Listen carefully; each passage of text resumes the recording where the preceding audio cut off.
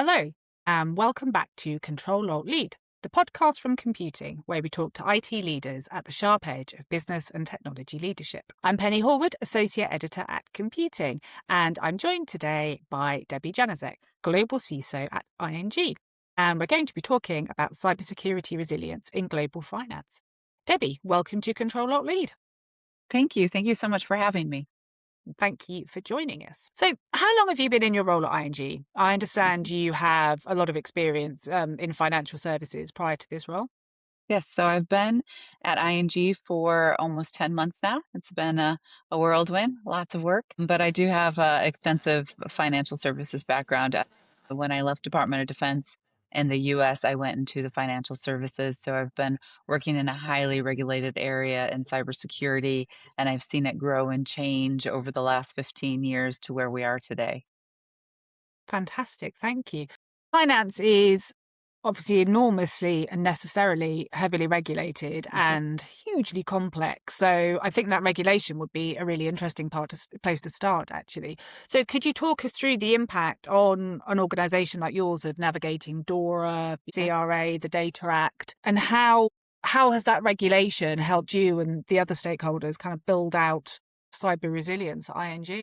So, at ING, our approach is it goes beyond the minimum requirements by integrating these frameworks into our daily operating models. It helps us ensure our resilience and our extensive testing and our recovery are all embedded into how we design and build and run technology following these regulatory field. So when you think of DORA, we started really early on how we were preparing for DORA, and we mapped out our critical services from end to end. And we tested scenarios, and we made sure we were driving accountability across our internal teams and our third-party providers. So our goal is not just to comply with regulation, it's so that we can build a bank that can withstand and recover from any disruption with minimal impact to the customers and to our financial system. So in cybersecurity, for example, and we know that we can't plug every hole, but we have to make sure we're resilient, security by design, layered security, so that we can stay resilient. So those are some of the things that we're navigating today. So talk about layered security. Mm. We have heard a great deal now from we've had lots of illustrations of the importance of resilience rather than Mhm. cybersecurity and how they're almost two different things. So you talk about layering. It seems to be becoming more widely acknowledged that just having a complex layered stack of products, each of which addresses a specific issue, is causing as many problems as it solves for a lot of institutions, certainly larger ones. Assuming that ING have been through this sort of transition to perhaps a more kind of simplified, consolidated security stack, can you talk us through that transition? Yeah, that's always a challenge on the security stack and what we're going to bring into our environment, how we're going to simplify, how we're going to, one of the things that we look at is tool optimization.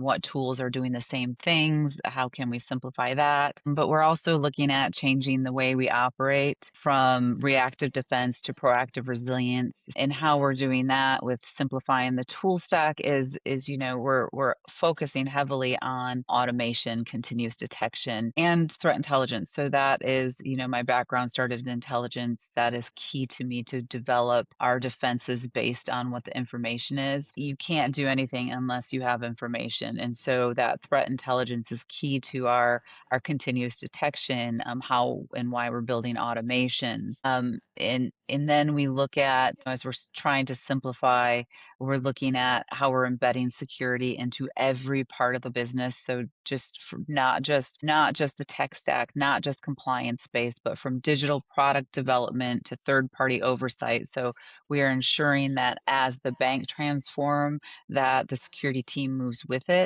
So this helps strengthen our global resilience because we're distributing operations across multiple security hubs. We are building deep partnerships with the business outside of technology. So this helps us prepare all the way across as we're trying to simplify what we're doing and staying resilient at the same time.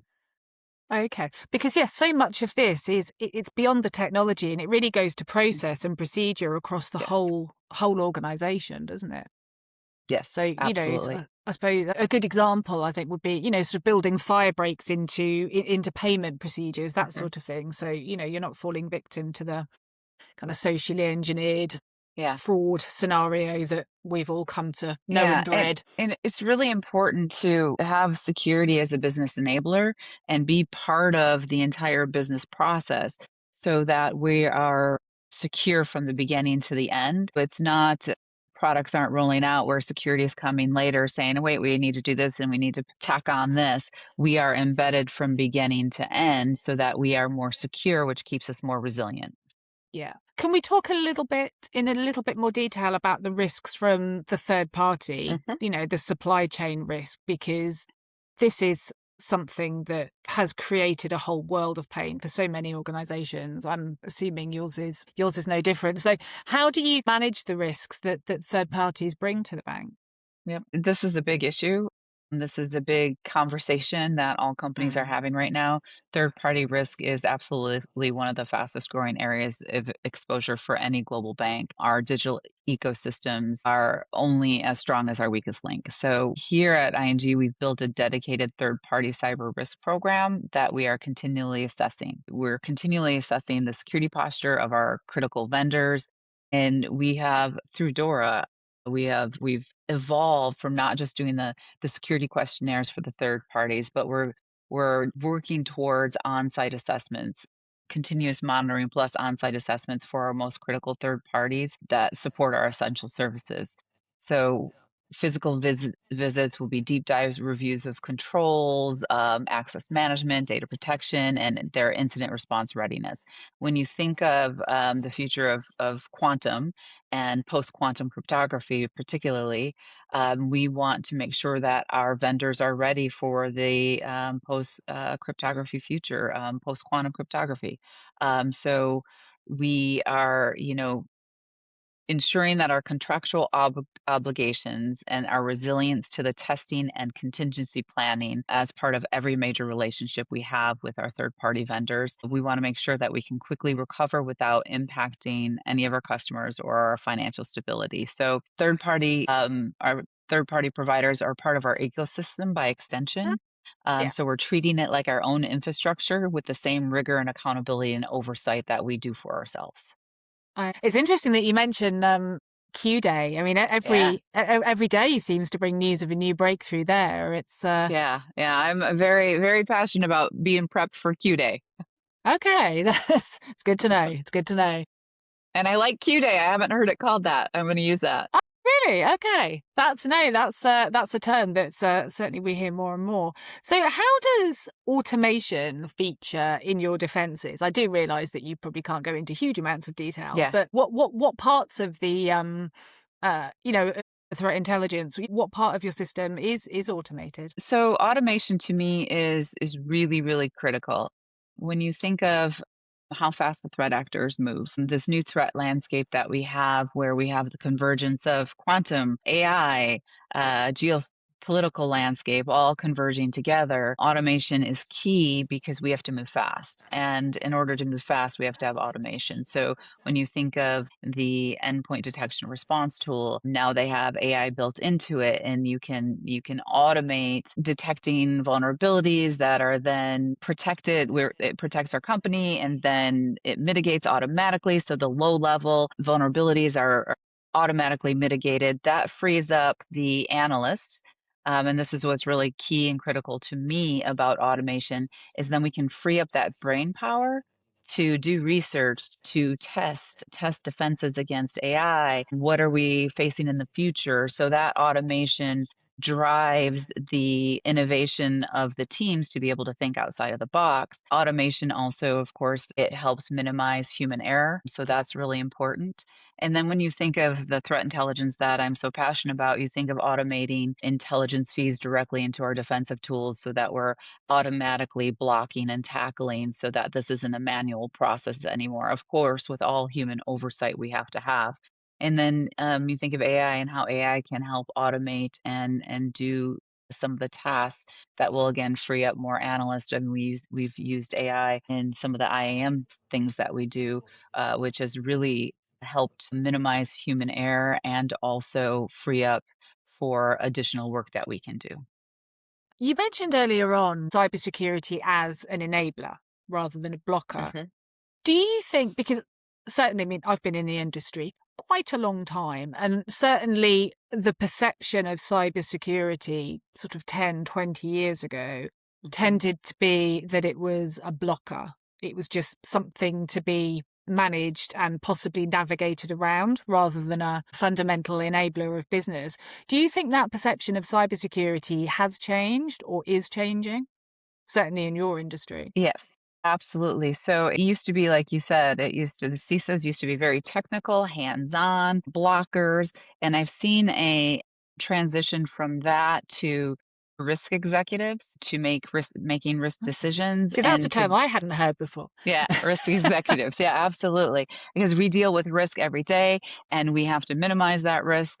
So, risk executives. But today I'm seeing it transition even more to being part of the business. So, what I like to call, I put in my, I call it the next generation CISO strategy.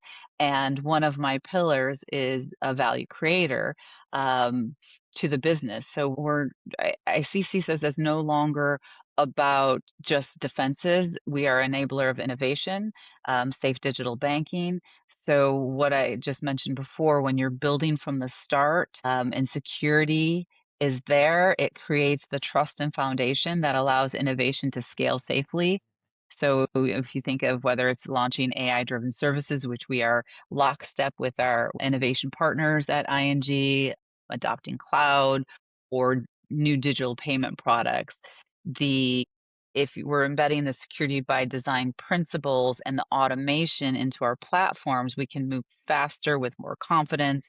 And then we know that the resilience and the compliances are built in from the start instead of bolted on later. So that's really, it helps fuel innovation.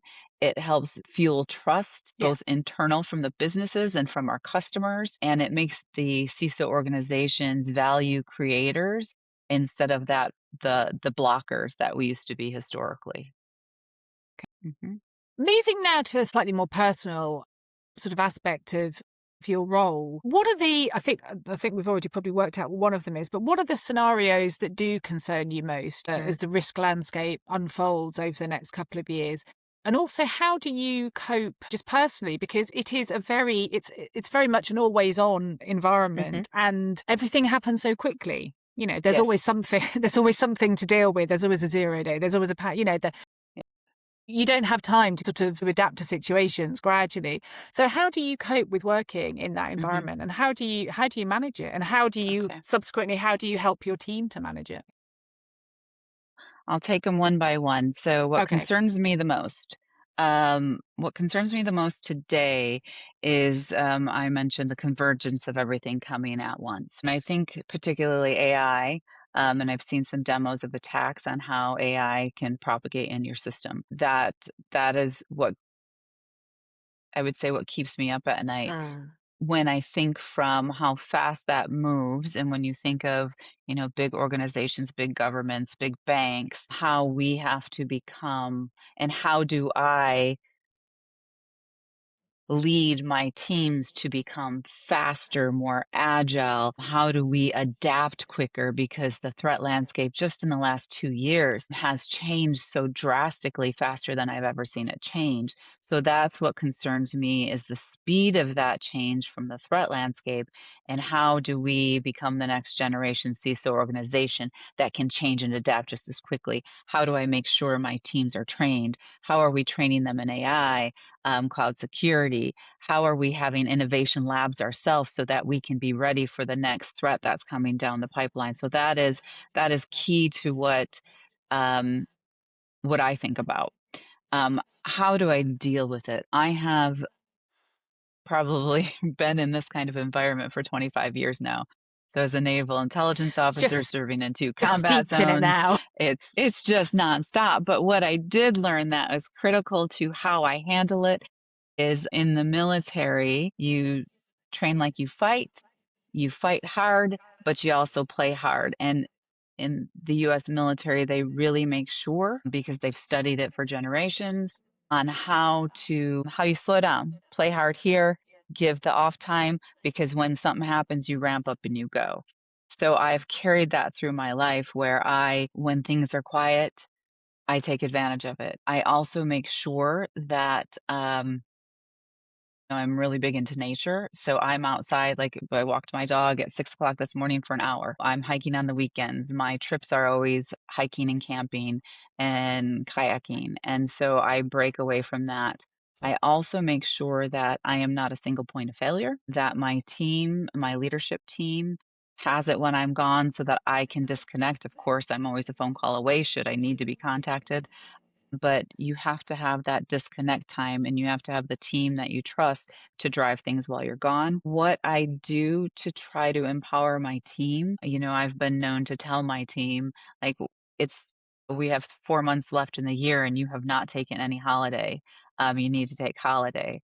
I've made videos of when I'm out hiking and I'm giving a pep talk to the team on holiday season is coming, go spend time with your families and friends, disconnect, and then when you come back, it'll be here. We need to all have that disconnect time. And when, we're business as usual, take advantage of that time because when we ramp up, when something happens or we have a project, that's when we work the long hours and then we ramp back down and it goes like this. But if people try to stay always on, they're going to burn out. And I've gone Yeah. through burnout before, and it is a very unique experience from mental to physical breakdown because you stay on and nobody can stay on all the time. So you have to Yeah. balance that workload, and I try to push that onto the teams to take the breaks because if you don't, then you're no good to anybody because you will burn out.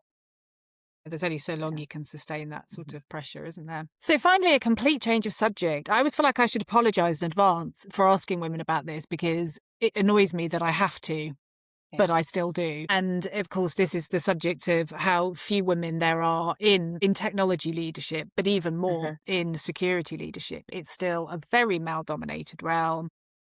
Which isn't that surprising given how much of this practice and terminology, does evolve from the Uh-huh. military. What would you do to encourage more women, not just women, but more diverse, more Uh-huh. unconventional cybersecurity talent into the industry? Because there seems to be a really efficient pipeline of talent into cybercrime, but much less of an effective pipeline for diverting that talent into Yeah. legitimate enterprise. So yeah, I'd be interested to hear your views.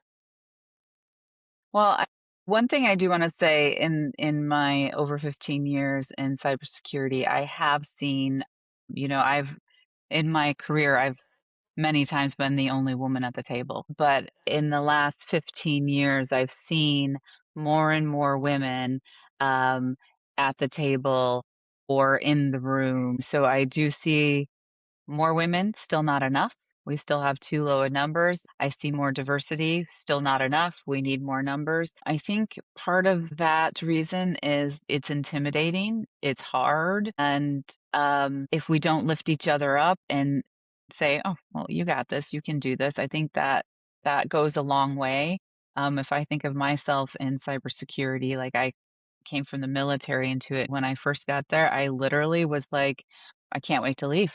I was intimidated. It was hard, but I stuck it out. I went back to night school and got my master's degree in cybersecurity. And when I started learning it and then using mentors to help get me through it, male and female mentors, that was key. So when I think of getting more people in, I think of being there for those that want to be in.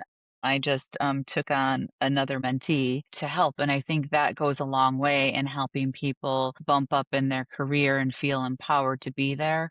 We have all the same. We go to the universities and the different recruiting firms to try to get more of a diverse talent. But I think just being open and honest about the journey. I'm speaking internally at Women in Tech I think next week. And it's just about honesty on it's hard, but you can do it.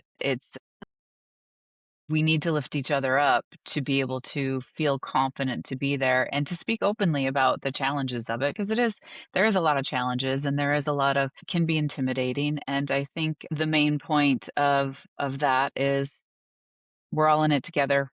We all have imposter syndrome, and we have all made it, and we pull each other along to get there, and I think I rely on several people, that men and women, that have been my mentors and that I've been like, "Ah, what am I doing?" And you just have those people that encourage and drive you, and without those people pushing me up, I wouldn't have been here, so I make sure I give that back and pull people along or push them up to get them to where they are, and I've had several, like, I have somebody joining the team, in 2 weeks. This will be the 3rd time I've hired her. Bringing those along with you as you go on your journey is really, really important. Do you Mhm. think we undersell the Yes, benefits of cybersecurity quite a lot? Because we do acknowledge, and you just have, we acknowledge that it can be tough, it can be stressful, but it's so interesting. It's and just a fun, fascinating place to because work and so fun.